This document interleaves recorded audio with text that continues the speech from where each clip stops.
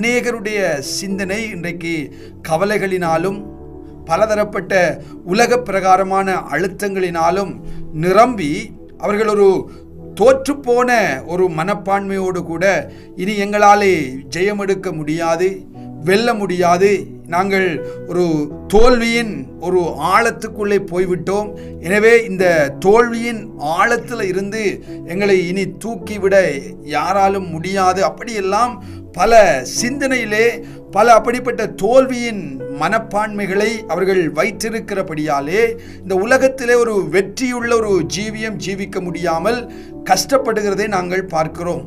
ஆனால் வேதத்திலே நாங்கள் பார்க்கிற போது 2 கொரிந்தியர் புஸ்தகத்திலே 2வது அதிகாரத்திலே 14வது வசனம் இப்படி சொல்லுகிறது, கிறிஸ்துவுக்குள் எப்பொழுதும் எங்களை வெற்றி சிறக்க பண்ணி எல்லா இடங்களிலேயும் எங்களை கொண்டு அவரை அறிகிற அறிவின் வாசனையை வெளிப்படுத்துகிற தேவனுக்கு ஸ்தோத்திரம் என்று சொல்லி அப்போஸ்தலனாகிய பவுல் இந்த இடத்திலே ஒரு வெற்றியின் முழக்கத்தை இடுகிறதை நாங்கள் பார்க்கலாம்.